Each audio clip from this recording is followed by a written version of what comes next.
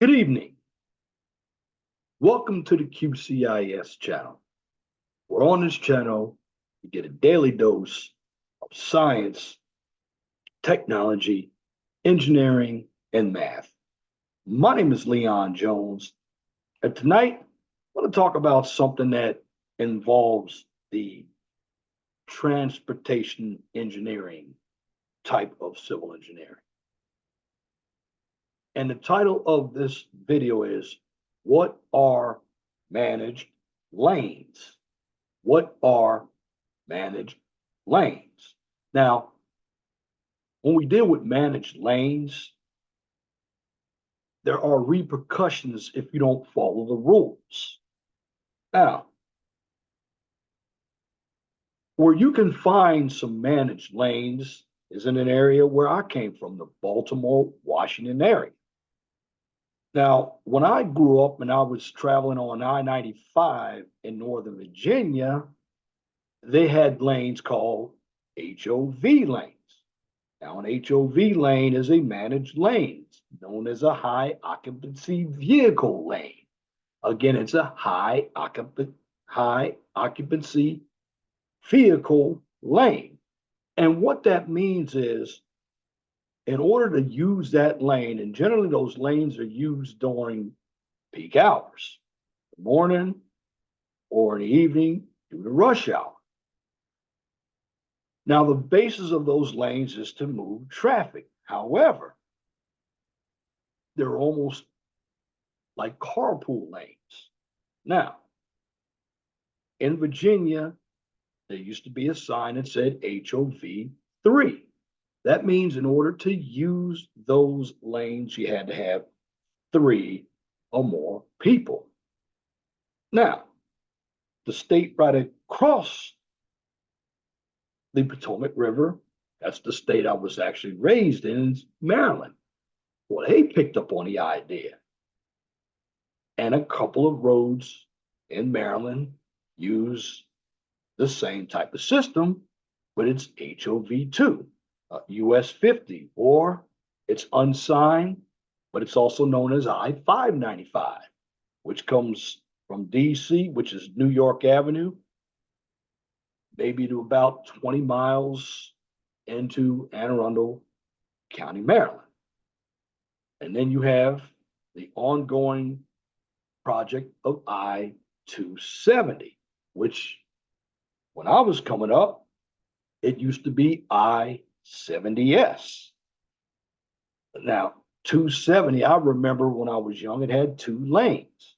Going from the Beltway, it went on up to Frederick. And they widened it to three lanes. Then in the 80s, they widened it again. Now they're getting ready to widen it again. Now they had HOV lanes. Now there's another concept too, before I get on to the next one.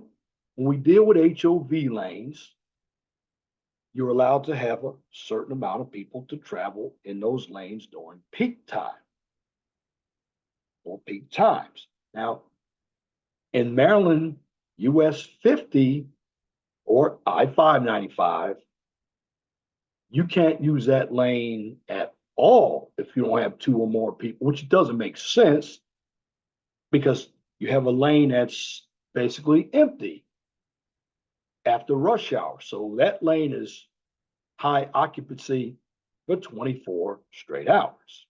Now, when we get into lanes, we actually have three types of lanes. You have what you call your GP lanes. Now, your GP lanes are your general purpose lanes. They're the lanes that everybody travels in. They're lanes that get the most backup. Now, a city that has a lot of lanes is Atlanta. I know driving down I-75, it goes from 2 lanes to 3 lanes to 4 lanes, even to 5 lanes. And then when 75 and 85 come together, you got 7 lanes on each side. And I believe one or two of those lanes are HOV lanes. Now, coming out of some of these exit ramps, you'll see some traffic signals. I'll get into that on another video. That's called metering. And there are a number of cities that are using metering. And see, in all the urban areas, there's a traffic problem. I live here in the Indianapolis area. They're not quite to the HOV lanes yet, but there will be. Now, if you look at Houston, it's another city. Houston has, they're getting ready to complete a third beltway around Houston. Houston is the fourth largest city in the nation. Now, if you look at some of the cities like Chicago, they don't have HOV lanes or HOT lanes. Now, some of you might be asking me the difference. What's the difference between an HOV lane and a hot lane? Now, an HOV lane is high occupancy vehicle, which means you have to have 2 or 3 or more people to use that lane. Then you have what we call a hot lane. Now, I first heard the term hot lanes from, I believe it was Interstate 8 or Interstate 5, and that was in San Diego. Now, a hot lane is a high occupancy toll lane. Now, that means what you have is open road tolling, which you see that structure up there. It's got cameras. Well, if you have a transponder, you have a signal that hits the transponder to let you know that you have paid the toll. And a lot of tolls are going away from toll collecting to open road tolling, which that's going to be another vehicle as well. Do that with metering. But with high occupancy toll lanes, they serve the same purpose as high occupancy vehicle lanes. The only difference is you pay a toll on those lanes.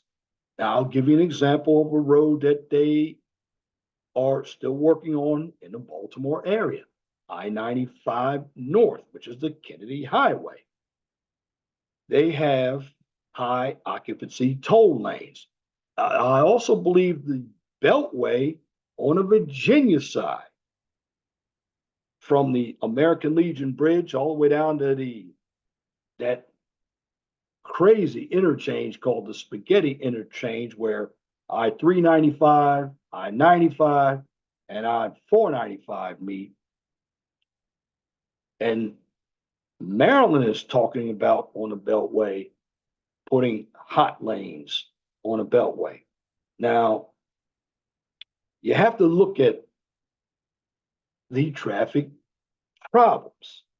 And a lot of these cities have LOS, which is, we deal with service. And there are different types of services. When you have an LOS of A, that's really good. But when you get down there to a LOS of F, that's bad. That means you have a lot of traffic in that area. Now, I can tell you one of the reasons for some of the cities why you have a lot of traffic, because you had a lot of the environmentalists that didn't want roads going through the city. I'll give you an example, a few examples. In Baltimore, you had I-70 that was supposed to go all the way into 95, and there was going to be another east-west road called I-170. Now, they put I-170 down really low, and that's in between Franklin and Mulberry Street, which is US 40. That road was supposed to connect from I-70 and then hit I-95 on the eastern end. Baltimore did not have an east-west highway. And then you had I-83. It was supposed to go under Fells Point. Well, you had the environmentalists. They didn't want the roads going through parks or even under a harbor. And what's happening is you have a lot of these roads that the main arteries end at a road such as a beltway. And the beltways get crowded. Here in Indianapolis, you want to put 69 through Indianapolis. So what are they doing? And eventually they're going to end up with some high occupancy toll lanes. See what it is, you're to make roads continuous, or they're making them run concurrent, which I don't believe it makes any sense with an existing road, like a belt system, like Indianapolis again. 74 doesn't go straight through Indianapolis. It runs concurrent with 465 until it breaks off again. Now, what you're really doing is you're taking traffic from an interstate, putting it on a belt system. A beltway is basically a bypass so you don't have to go through the city. Now, eventually, you have a traffic buildup. This is why you have the rush hours, particularly if you have systems that are belt systems. They get crowded really quickly. The best belt system that I've found to be here in the Midwest is I-270 around Columbus, Ohio, because you have a couple of roads that go right through Columbus. You have 70, 71, and you also have a spur route known as I-670. But when we deal with managed lanes, they manage traffic. See, the advantage of using those lanes is, yes, they have some requirement, but you move a lot faster. You notice if you're in one of these big cities, you see all the backup in the general purpose lanes, and you see the traffic moving in the HOV lanes. Well, the HOV lanes were designed to really encourage carpooling. But these days you can't really carpool because I can tell you, you know, in Virginia, back in those days, when they were one of the states that used HOV lanes, people used to put dummies as that second or third person so they could drive those lanes. Get caught, you pay a big fine.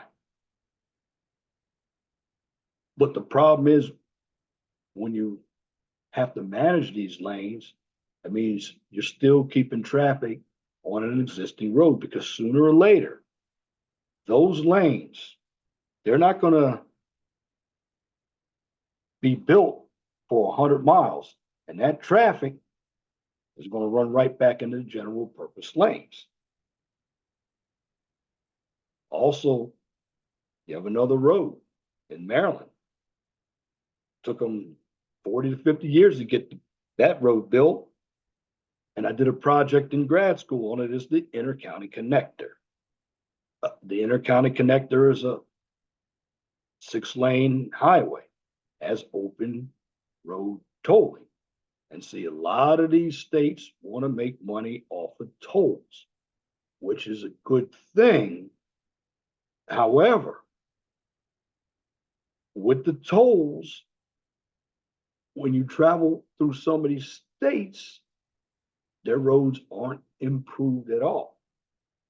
But yet these roads pay for themselves. I can tell you right now, which I'll get into tolling later on.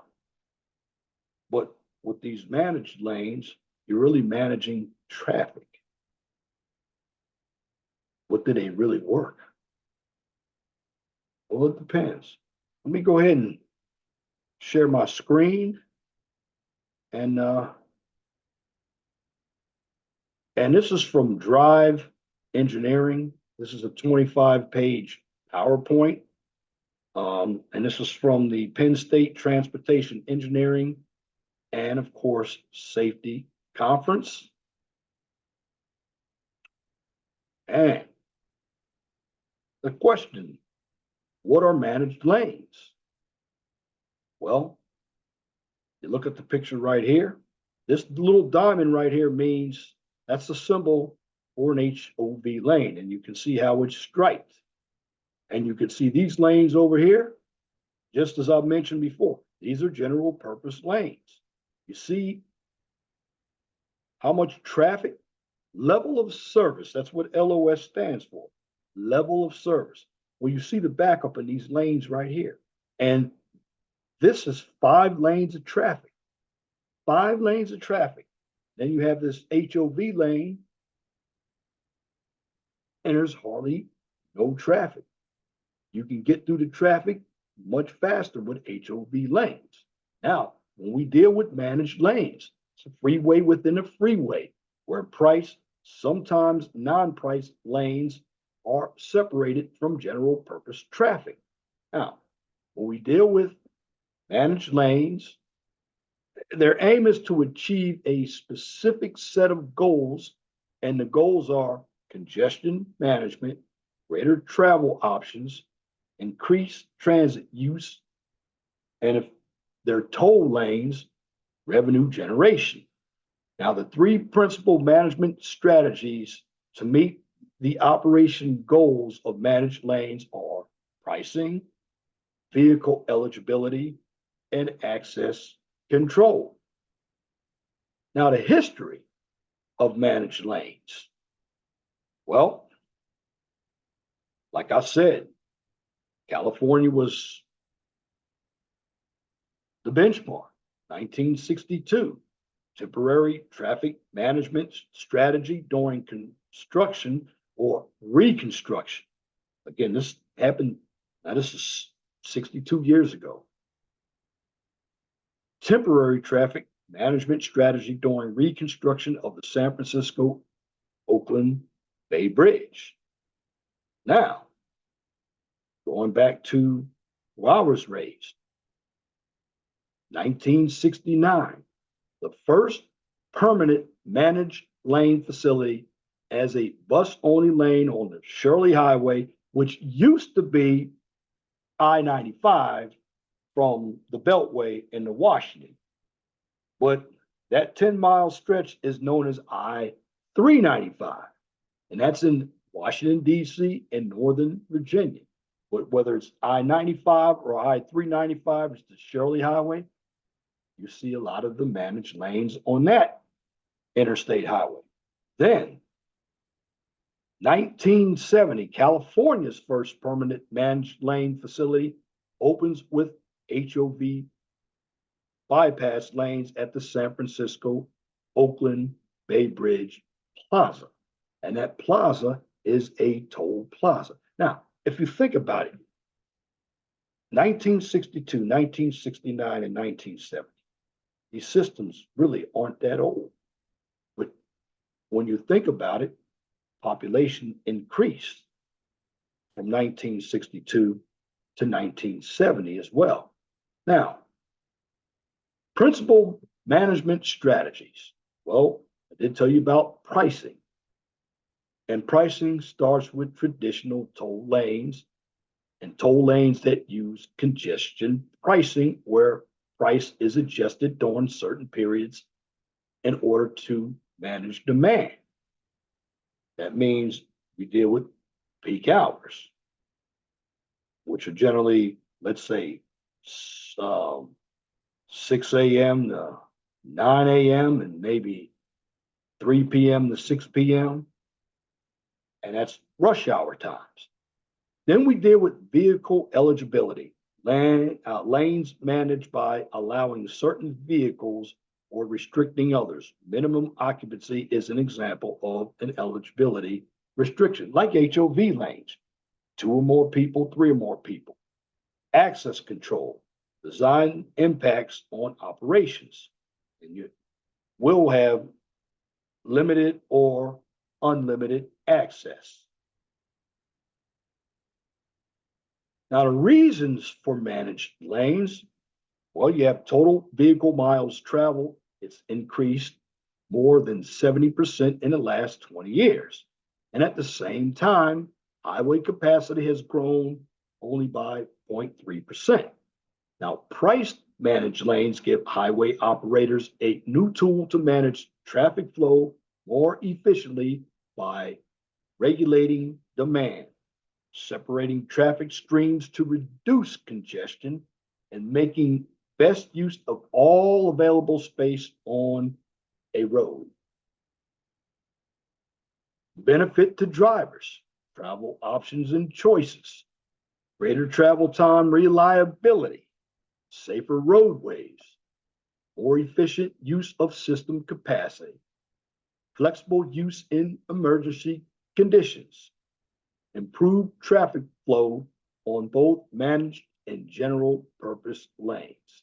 Now, we get into types of managed lanes.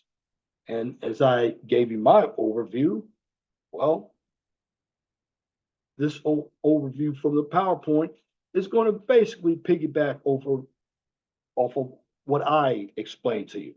So the types of managed lanes, you have your high occupancy vehicle lanes. We know them as HOV lanes. And then you have hot lanes, high occupancy toll lanes. Now, you see that diamond right there that indicates that's a HOV lane. Now, this is I-495 eastbound in New York. And now you can see I-495. This is the Capital Beltway and Washington, D.C. A lot of traffic. And this is on the Virginia side. You see Easy Express, or you have to have an Easy Pass to utilize that road. And then up here on this sign, it tells you how much you're going to pay. Again, types of managed lanes. Well, you have reversible and contraflow lanes. Then you have restricted lanes just for trucks and buses only. Now, some of your shoulders are also used for trucks and buses. You know, the Baltimore Beltway, I-695, they're actually going to use the shoulder for a lane or as a lane during peak traffic hours. I believe they should convert it into a permanent general purpose lane. Now, if you want to know what contraflow and reversible lanes look like, you have them right here on I-279 in Pittsburgh. These are your general purpose lanes, and these lanes right in the middle, they're your contraflow lanes. In fact, you also have them on the Kennedy Expressway in Chicago. They're reversible. So during peak hours, you may have the lanes if you're going northbound. You can use them going northbound, and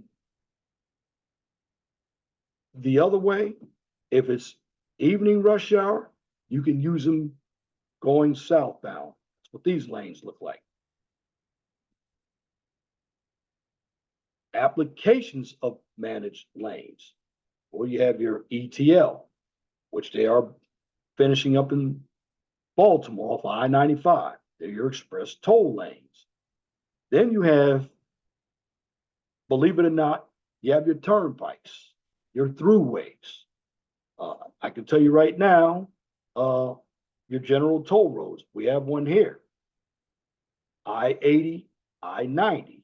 That's the Indiana toll road. Chicago has the Chicago Skyway, the Tri-State Tollway, the Ohio Turnpike, the Pennsylvania Turnpike. They're all general toll roads. Then you have your bridges, the Chesapeake Bay Bridge and Tunnel. You also have the Ohio River Crossing.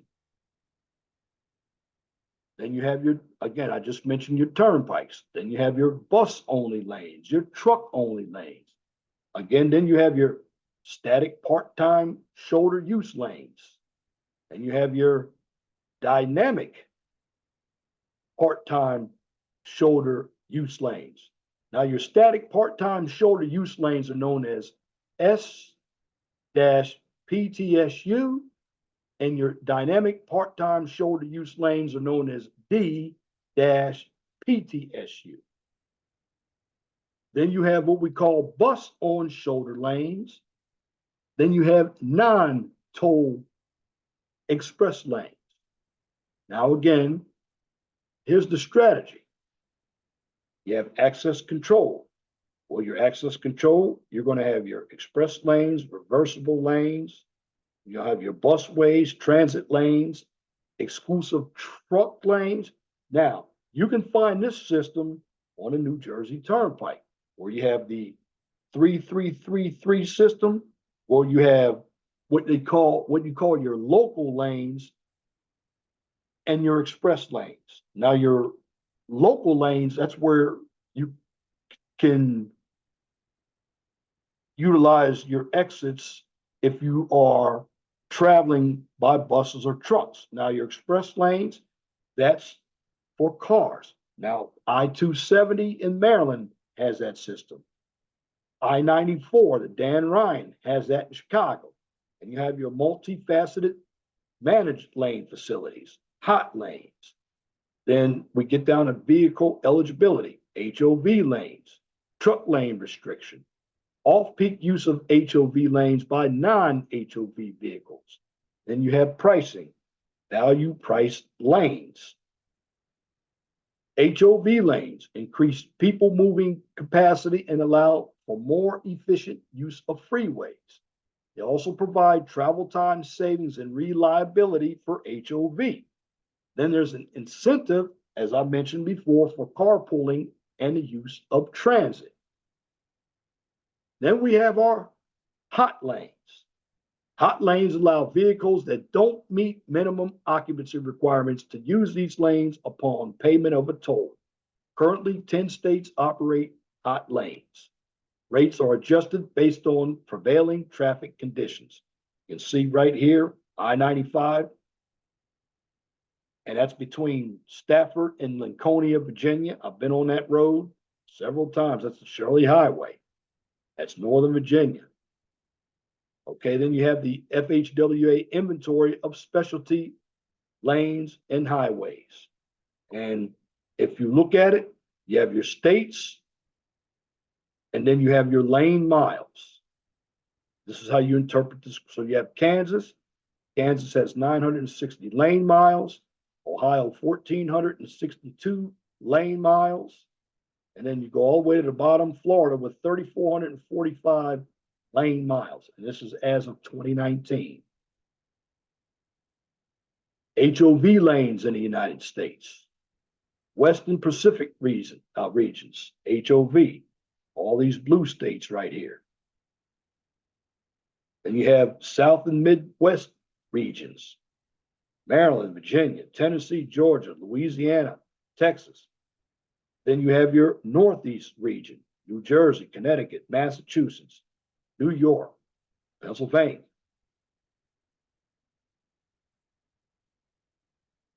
Hot lanes. Again, the blue states, Washington, Utah, Colorado. And then when we get into the South and Midwest regions, Virginia, North Carolina, Georgia, Florida, Texas, and Minnesota. Reversible and contraflow lanes, commonly employed where there is little or no availability for right-of-way for the width of a road that or a highway to be increased.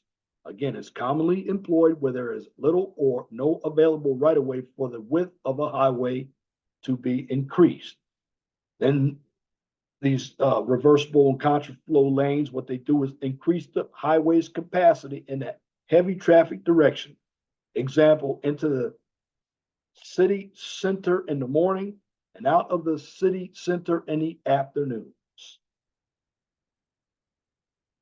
Restricted bus truck lanes. Well, bus lanes cut down on journeying, and they also increase the reliability of buses and can significantly assist in the reduction of air pollution. Bus lanes marked with colored pavement have been shown to reduce intrusions in the bus lanes, speeding up travel time and increasing bus reliability. And you also have your truck lanes. Now in Indianapolis, you do have some bus lanes that are colored. Now truck lanes. Now see a lot of truck lanes. And what truck lanes do, they separate large trucks from other motorists, and that can improve safety. Now, here in the East or the Midwest, you don't see too many of them here in Indiana. But when you go over to Maryland, Pennsylvania, and New Jersey, where there are a lot of mountains, even West Virginia, you're going to see there's always a lane, especially when you go uphill. That's a truck lane. Well, that actually is for trucks to move over so the trucks don't impede with traffic because trucks are slower vehicles. They're big and slow.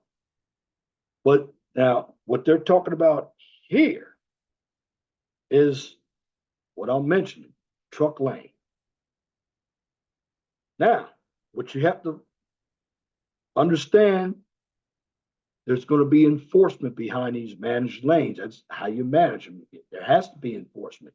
So from 2017 to 2020, over 50,000 drivers in Maryland and Virginia received citations for breaking HOV laws. Now, when it comes to law enforcement, and here it is, here's the dummy I showed you right here. It's the dummy right here. Well, law enforcement, they have to deal with visual inspection. It's challenging. And as recently, more technology is being implemented to help with law enforcement.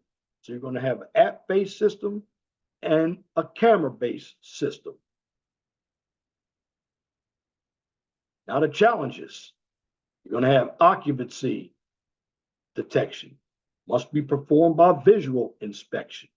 Such HOV enforcement proves highly challenging in some states because plug-in vehicles with a valid permit are legally allowed in the HOV lanes as single occupancy vehicles. So that means you don't have to have 2 or more people in an electric vehicle.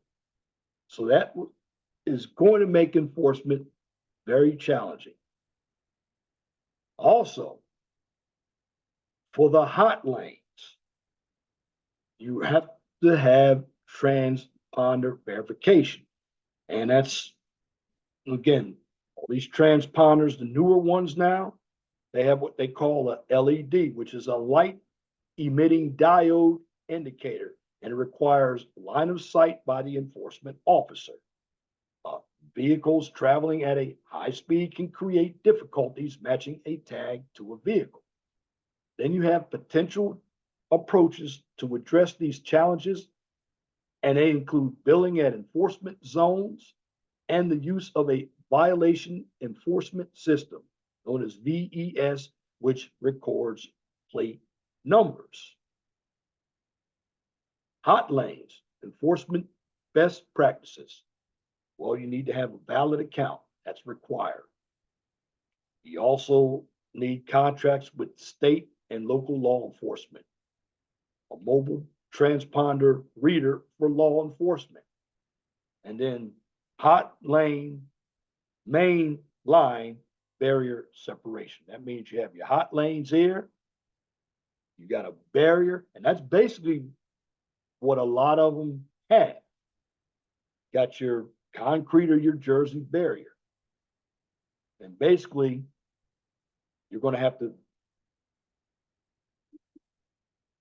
go right through. If you have a hot lane, you're going to have to pay a toll. You got to have a transponder. And again, you're going to have that barrier. That barrier, so individuals that don't have a transponder can't easily cross into the hot lanes. Best practices for hot lanes. You have your transponder on and off capability, strategic enforcement areas, alternative methods for HOV toll exemption, separate HOV entry lanes that segregates HOVs from toll paying single occupant vehicles. You got to have a strong enforcement presence. That is the key to deterring violations and maintaining the integrity of hot lane operations. And you also have camera-based enforcement. Start off with the automated approach. Cameras are placed on overhead gantries and on either side of the road. Now, what the camera will do is take pictures of the vehicle, license plate, and number of occupants. And these images are manually verified by an operator, then automatically enforced, which means you'll get the ticket in the mail. And then you have the good old manual approach, because cameras can detect the number of occupants. And if the vehicle is violating HOV laws, a monitored beacon will light up, as you see right here. Overhead and side mounted roadside equipment installed on the Metro Express lanes, and that's in Los Angeles as part of the camera based occupancy detection system. Then you have your app based enforcement. Well, each driver must download the app. Such technology in the early stages of testing and development right now. Then you have a lower initial deployment cost than camera-based systems. That's what the app-based enforcement is very good. That's advantageous. Now, the challenges. Well, can't download the app if you don't have a smartphone. Then you have to look at privacy concerns. Then there are going to be children on board, and then got to accommodate users who form carpools during the mid trip. And there you go. That is the information on managed lanes. Again, you have different types of managed lanes. They're all there basically to enable improved traffic flow. Some are going to be number of people, some are going to be for revenue, some are going to be, well, they're all going to be for safety. But the bottom line is, in a lot of urban areas where you have traffic problems, many of the roads that are being widened, they're not going to put more general purpose lanes on some of these roads. They're going to use managed lanes. Managed lanes can be cost effective, but like I said, they have their challenges. So, in the meantime, that concludes this topic on managed lanes. Tell me what you think about this presentation. Again, if you like what I just presented, please like, share, and comment on this video. Now, if you want some social and political content, check out my main channel, the 411 Talk Zone radio show on YouTube. Now, once I record vehicles from both channels, the 411 Talk Zone radio show and the QCIS channel, I will then upload those videos to my Twitter page. Now, for the QCIS channel, I take it one step further. Since it's an educational channel, you can always find that channel on my LinkedIn page. And once again, thank you for listening and viewing this presentation on managed lanes from the QCIS channel. On this channel, you get a daily dose of science, technology, engineering, and math. Till next time, my name is Leon Jones. I want you all to have a wonderful and gracious evening. And I will be back next week with another video. So take time to view this content. Very important. But thanks for watching.